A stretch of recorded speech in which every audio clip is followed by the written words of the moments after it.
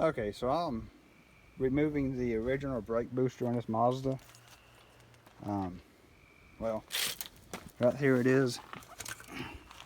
Taking this out, I'm going to replace it with the Toyota Hybrid Boost system. So I've got your pump right there. I've got all the electrical wiring for everything, all the computer wiring. I can rewire my speed sensors and stuff. For the original Mazda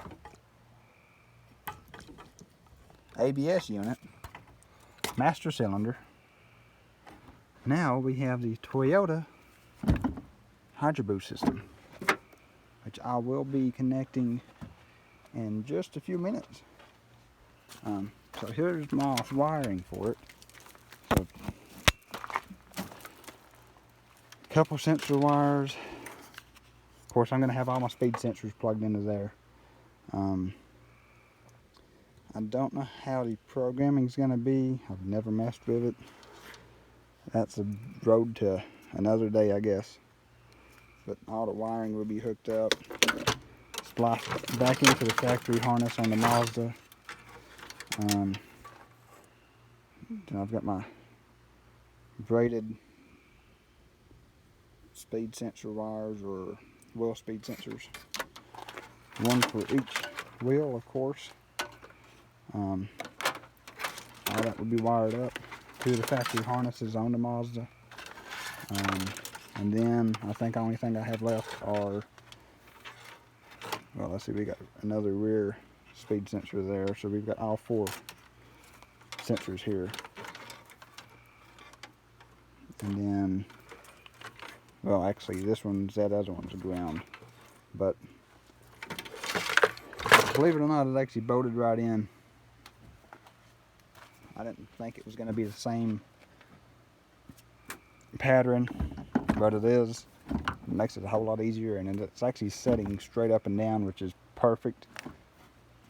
So I'm hoping to use that. And on the inside where the booster connects to the brake pedal, oh, let's see if we can get a shot of that. That's extendable, so I'll be able to extend all of that to actually get my pedal travel correct. It's got a little set screw on it and a bolt I can actually unscrew to get the right length. And actually, it's about perfect where it needs to be, because it'll come in about another ½ inch after I tighten the bolts up. So,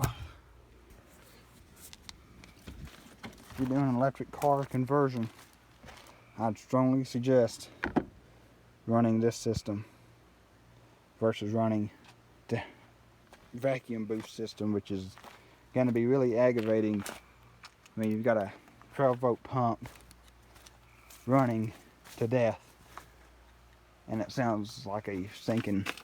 Well, believe it or not, this thing is so loud that it sounds like there's another engine inside the car when it's running. So I'm doing away with that. It's going to be all electronic, hydro boost, or whatever you want to call it, hydraulic. And I'll be using this unit here in place of the factory ABS module master cylinder. So everything is mated into there. And then, of course, I got my accumulator and high pressure pump over here on this side. I could shorten the hydraulic lines, but I didn't let any air inside that system, so I'm going to leave it where it is. That might be a pain in the butt to bleed, so I'm just going to leave it all together. Since I never pulled any of it apart, it's still hooked together.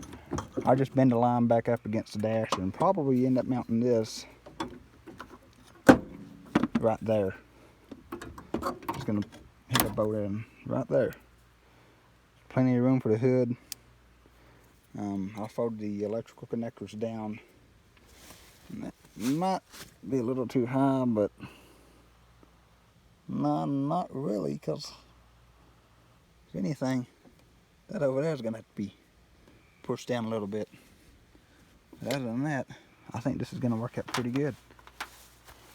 So here's an update on what I'm doing to the Mazda so far, brake-wise.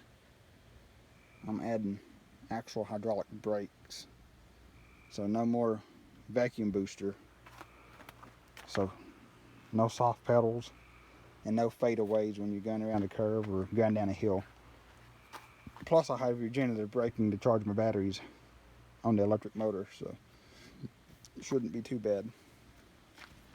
I'll actually turn the regenerative braking up pretty high on this car just because of where I live.